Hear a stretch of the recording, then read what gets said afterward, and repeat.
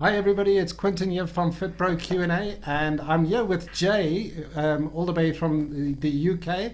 And I found Jay online, like everybody nowadays meet online.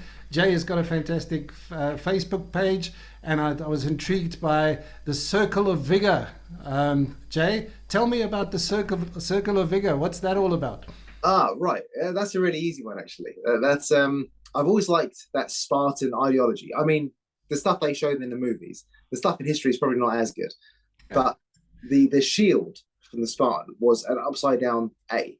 So it's Okay. kind of going out on your shield, the circle of going out on your shield. It happens to fit my letters, the C and the V, once Ah, you turn I it see. around. So the Spartan typical embodiment was going through adversity and showing strength in adversity, a discipline, a desire not to quit. I think fitness is kind of all those things. Right. So does that some of that mentality? I know that your background is in the military. That you sort of after school that's what you did as a profession for Yeah, many years. Do you think you learned some of that, or that's where it comes? yeah, yeah, very much so. I'd like to say it's all the military. It's kind of the movie 300 as well. It was pretty cool, but it was definitely the military that kind of mindset because soldiers are soldiers, and there's a lot you have to go through to get through it. I think there was a lot of things that you can take from the military to put into fitness. You don't have to put the methods in there, but I think the principles of hard work and the consistency will lead to the results. The methods, I'm not going to get anyone doing tuck jumps over sandbags and other bits and crawling through mud. That's horrible. But the other bits that are good, you can take from them.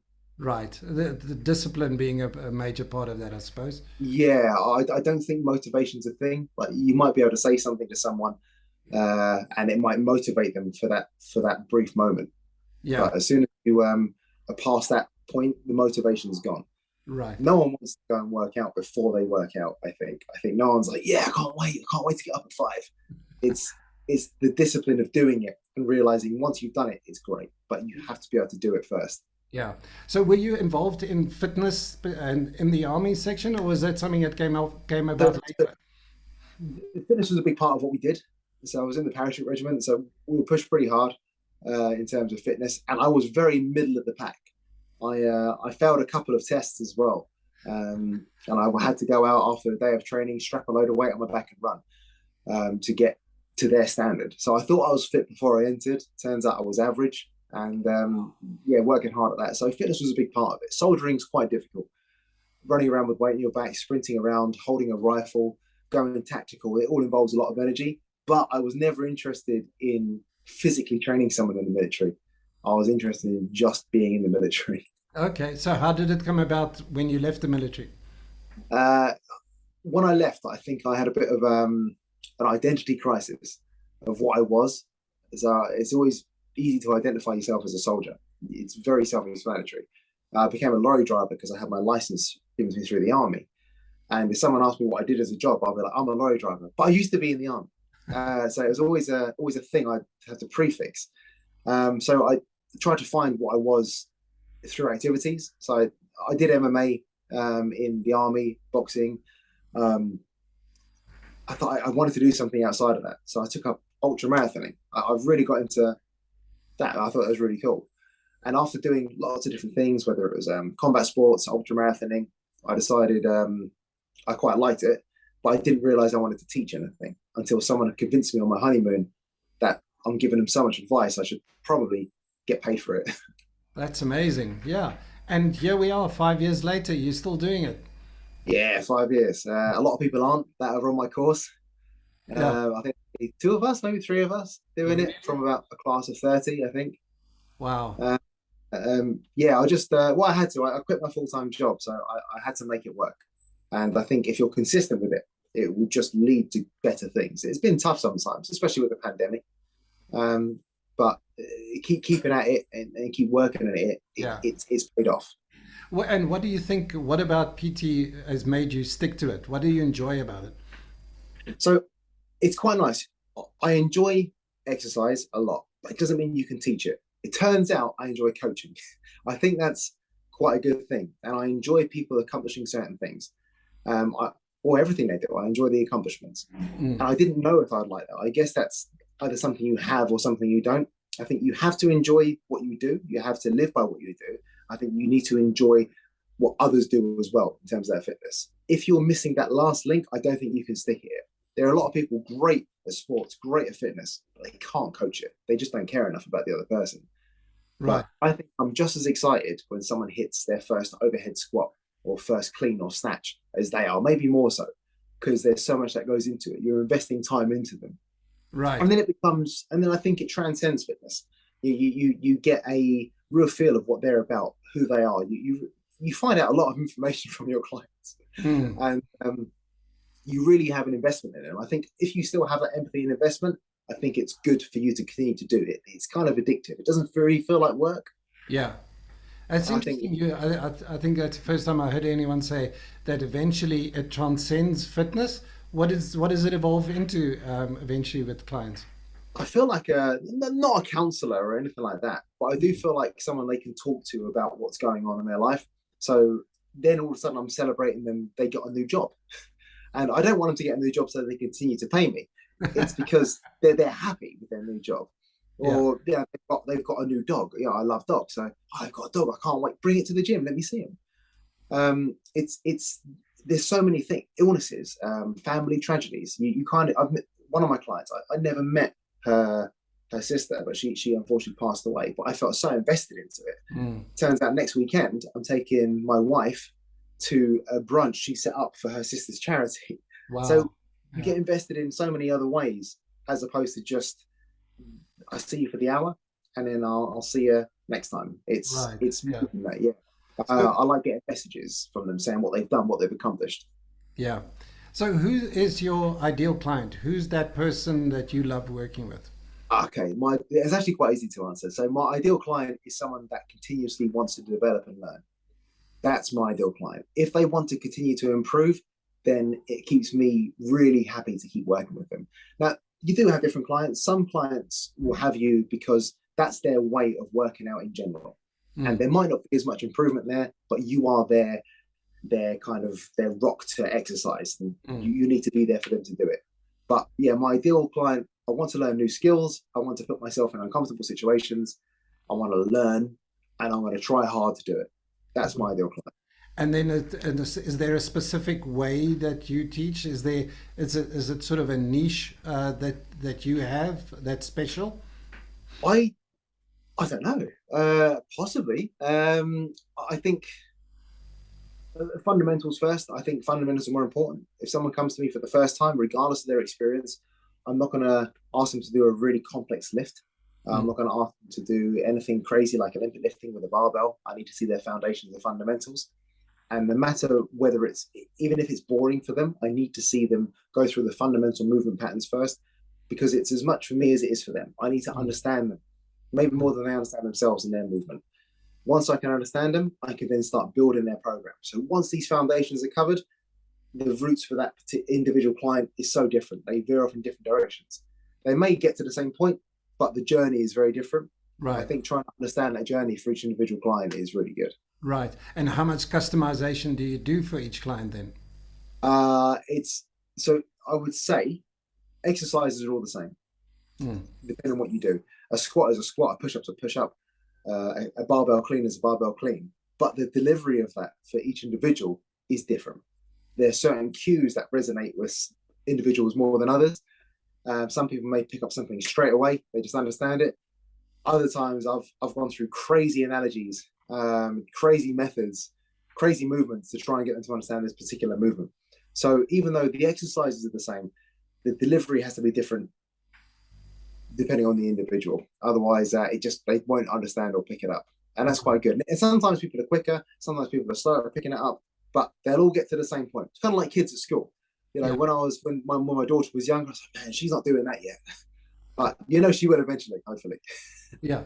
So what is the most important thing to you when you're working with clients? In terms of their outcome, or Yeah, yeah. Again, in terms of, is it, um, what do you enjoy the goals that people have? Is it about helping them to lose weight? Is it about helping to tone? What is it that you work So the biggest thing for me with anyone that comes to me is improving their life in terms of fitness. So, and it's kind of something they don't realize that's happening. But all of a sudden, they started to run and they feel with? like, oh, I'm not hurting like I used to. My legs aren't as sore. It turns out I can do this. Or I went on a hike with a family and my family were in bits the next day, but I was fine. Yeah, It's the freedom they've accomplished and earned through their fitness journey. right. That to me is the most important thing. I think fitness is a freedom. I think it's a privilege as well to be able to do it. And I think we owe it to everyone around us, if we've got kids especially, to be as fit as possible. Running after my daughter when she learned to ride a bike, if she falls off, I can just grab her because I'm running next to her. Yes. Uh, Rather than saying, well, goodbye, I'm not going to catch you. Um, I think that's the most important. And why not have the aesthetics as a byproduct of your performance and your ability to do stuff Right. rather than aesthetics and then a byproduct is performance. So the beach body isn't the main goal. No, I'm not a big fan of people promoting beach bodies, transformations, things like that. I think to suggest you need a transformation is to also imply that you weren't good enough as you are now. I don't think you have to love yourself, but I think it's okay to accept yourself. I Mm. think it's okay to accept where you are, but also accept that you want to make improvements Yeah. and be okay. Yeah. Everyone wants to better themselves in some way. I don't think anyone's got a point where I think, you know what, I've done it. I've accomplished it all. I Mhm. think there's Yeah. always somewhere else to go. Um, so the beach body, I think it's fine if that's what you want, but I don't think it lasts, and I don't think it's as good as what people think. There's a lot of sacrifices involved in getting that beach body that they don't realize. Like, Yeah. do you really want to give up that cupcake that you have? Do you really want to give up that beer that you drink? There's a lot of balls of happiness you need to throw away in order to get something that is actually not that important. Like, no one's hiked Mount Everest and had someone come up to them and say, "Oh, well done for hiking that mountain. How's your six pack? What what body fat percentage do you have?" Yeah. It's just not relevant, and it's very much. I think that kind of thing is an extrinsic motivation. It's what does someone perceive me as, rather than what can I do myself? Have I done this for me? Yeah, yeah. I think that is brilliant because again, it's a big part of being a personal trainer is to motivate somebody or to keep somebody going until they finally reach the goal that they set Yeah, out to do. And if you can find that real reason, as you said, and not just sort of the upfront, well, I want to look better, or yeah. a flimsy excuse like that, because those are the people that usually quit, right? That's true. It takes a lot of work to change your appearance. People don't realize, but if you're not, if you're quite used to weightlifting, you'll be lucky to put on a kilo of muscle in a year. If you Right. try really, really hard and dial in your nutrition, people's body shape changes very, very, very slowly. We Yeah. can lose body fast, but by cutting down what we eat, moving more maybe. But it's I don't think it's as substantial. I see people get a lot more happy with what they can accomplish than what they look like. But they still get happy with what they look like. But they think, oh my god, I've actually shrunk this much. I'm looking at photos from however long ago. I'm so much smaller, and that's great. Yes. But most of the time, I hear from them is, I've done this and I've accomplished that, and I've run this and I've lifted this and I've done this, and that to me is so much better because they're real tangible goals. Yeah. And It's I about think quality of life, right? I think so, yeah. And we also can't see ourselves as to what we truly look like. I think we've all got a little bit of body dysmorphia. We've all got a bit of oh, should I look better here? And I get it sometimes. I look at I'm like, oh man, am I carrying body fat there? Oh, there's too much body fat, and it's irrelevant. It doesn't matter. Yes. Um, I think, and someone else might look at you and that person and you'll be the envy of them. And man, if I put all my clients in a room together, they would all say, I wish I could do that, or I wish I looked like that, or I wish I had that from you. Whereas they all look at each other and think the same thing. And people Right. don't realize that it's everyone's got their own hang-ups. And I don't think you can ever be completely content with how you look, but I think you can accept how you look. Right. Okay. And then getting onto the side as a business owner, as a PT, um, Yeah. I mean, there's a lot of extra roles that a lot of PTs don't Yeah. realize when they start out. Which are the things that you think you're particularly good at in your business, and maybe some things that you're struggling with? Okay. So definitely the coaching side. I know it sounds very cliche, but I think I'm quite good at coaching and having the empathy to understand someone. And that had to come from leaving the military. Where I was in the military was a bit of an elitist attitude. And I'm quite glad to move right past that. Yeah. I was actually having a conversation with a GP the other day who was at a barbecue, and he asked me if I get really frustrated with seeing really obese people. I was like, not really, mate, no. And he said he is. I said, well, the reason why I'm not is because they didn't choose to be there. Like no one made that choice. I'm going to get very overweight. Yes, it's their fault, but they didn't choose that. It happened to happen through a series of choices. They weren't aware of the consequences. So the empathy I now have, I think, is very good. I think you need to understand and have empathy with someone. You need to understand how they work, how they move, how they think in order to coach them. I think I'm quite good at that kind of strength. Discipline side of things, I'll always be there at the gym. I mean, I have to be pretty messed up not to be able to attend a session. Right. So the discipline and getting after it is pretty good. In terms of what I'm not good as a PT, the PTing side, no, I know nothing about business. Nothing. It's learning. It's a big learning curve. I only recently got a business bank account. I didn't know I should probably get one, but it's I kind of fake that till I make that one. Just wing my way through, really. Right. But and marketing, promoting yourself, social media, how good are you on those things? I think I'm okay. I like to put out what my principles are. It's very easy to. There's a real common thing. You must have seen it. I'm looking, and no disrespect to these people, but you say I'm looking for 5 people that want to change their lives. But really, you're looking for a lot more than 5. Yeah. I find it a bit disingenuous, personally.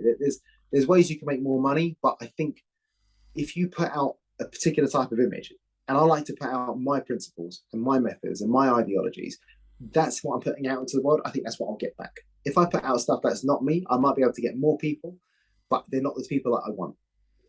So I think being honest with that, and I don't know if I'm cutting off my nose to spite my face with it. I'll find out soon. But I think I'd rather have my integrity and my principles at play rather than more people to promote what I don't believe in. Right. And are you finding that at the moment, I mean, you've got enough business. I know there's never enough. You could always have more business. Yeah, sure. But is your schedule pretty much full up? Yeah, I'm pretty content with what I do. So I've managed to reach a point where I don't work physically past 12 o'clock. I'm busy. So I'm up at 4:45. I do a bit of work in the morning. I post generally on social media because posting consistently every day, I think, leads to good things, showing people what I'm about.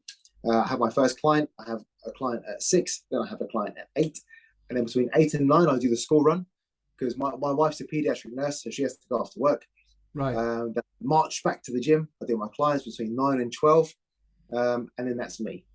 Okay. After that is me. I will now train, whether it's my own workout or Brazilian Jiu-Jitsu or whatever it is, between 12 and 1 or 11 and 12. Back home, I've got to walk the dog, unless he's out in doggy daycare. Then I'll try and spend an hour or 2 doing some work, catching up with online clients, programming, logging in people's metrics for the day, making sure the schedule and the programming is good. And then before that, I know it's a school pickup. Yeah. School pickup and then after school work. So I've managed to structure my business around what I need to do with my kids. So it's a pretty full-on day. Yeah. But there's a balance there, right? But I mean, I know it's a cliche, the work-life balance, but you feel like you've got that? Yeah, I do actually. It was hard to switch off from it, taking a time out. So I recently went on holiday for the first time since the pandemic, and I was gone for 2 weeks. I still checked in with people online and things like that, but it was good to accept that you can just step away from it, even for a day. Yeah. It made me feel good logging back into my coaching platform to check in on people and make sure they're all right. But yeah, the work-life balance is pretty good, actually. It's pretty good. I need both online and one-to-one to make that happen. Okay, so how do you do the online stuff? So online's, again, it's quite simple. I need to try and understand someone. It's a bit harder to understand them fully physically when I can't see them. So if they live locally, I'll invite them down to the gym so I can just go through a couple of movement patterns with them. If I can't see them, then I need them to tell me relay information. I'll ask them to upload videos on their workouts. So they get their schedule through, they go into the app, they've got all the instructions they need, video instructions and sets, reps, rest periods, intensities.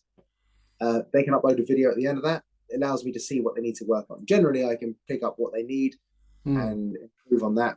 But that's how it works. And I'll build them a 4-week program, goes off to them. And then after that 4 weeks, we'll look at what's happened, what they've done, what they want to do more of, what they need to do more of is not necessarily what they want to do, but then we'll put that to the next 4 weeks. So Yeah. continuously developing. So are most of your clients sort of a hybrid where you train them in person as well as online? Actually, you know what? Most of them are either in person or online, Oh, okay. and there are a few that will do both. So I would say about a quarter of my clients do a bit of both. But it's only because if they only can train with me and see me once a week, I need their program to be consistent. I don't really want them doing their own thing in the gym because it's not what's going to be conducive to their current training protocols. Right. And then the split between how many clients in person, how many or what percentage of clients online for you? It's about 50-50 now. Oh, wow. Okay, Yes, cool. it's about 50-50 now. I don't know where I want to take that, Yeah. but because I really enjoy one-to-one coaching. The intimacy of one-to-one coaching is really good for me. Yeah. Uh, I actually quite like online because it's easy enough to do. My Mm. my problem with online is I miss the feedback Right. of the visual feedback, Yeah. but I accept it for what it is. It's just a different method of coaching someone. Yeah. So yeah, I don't know what I would rather do, but I kind of like where I'm at now, and I'll let it evolve naturally and see where it takes me. Right. Okay. So it's yeah. So your offer has basically evolved over time, as Yeah, you sort of learn new skills and things like that. And it looks like you've made a pretty good success of this career choice of yours, Jay. it's going okay. Yeah, yeah, I can't complain really. I had to say the pandemic actually helped in some ways. It allowed me to really knuckle down and focus on my own thing and online and build a bit of a platform there. Right. But really consistency, I think, just continuing to do what I need to do. Yeah. It seems to somehow work out.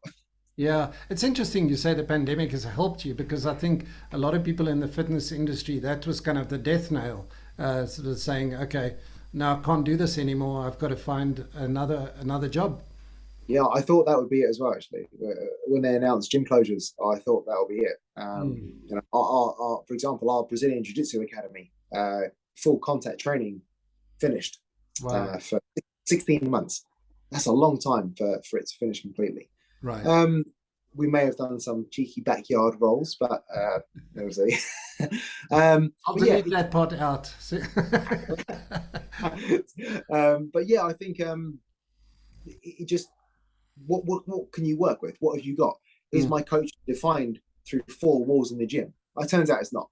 There's Yeah. other things I can do, but it certainly helps to have four walls in a gym. But you can do other things as well. I Yeah. think that's the biggest thing. Programming people. Although I don't want to go back to that, it's quite hard to program people individually for very limited equipment. You Mm. have to have some equipment to do my online programming. Mm. If someone says I've got one dumbbell, one medicine ball. I can't do that anymore. That's too limited. Too specific. Yeah, right. Okay, Jay. Well, that's been amazing, and I learned so much from you, and I think you've got an amazing perspective on life. You've got an amazing perspective on PT training, and I'm sure there's people watching that's saying, "Gosh, that sounds like somebody I want to work with." Where do they get a hold of you? They can go to my website, circleofvigor.com, Instagram at Circle of Vigor, or Facebook at Circle of Vigor. Okay. I don't really use TikTok. I'm getting too old, I think. I don't use TikTok. So yeah, No. I think any one of those, Circle of Vigor, and I'll pop up there. All right, amazing. Thank you so much for your time, and yeah, we look forward to hearing more about you in the Yeah. future. Thanks, Vincent. I appreciate it. Thank you so much. Cool, thanks.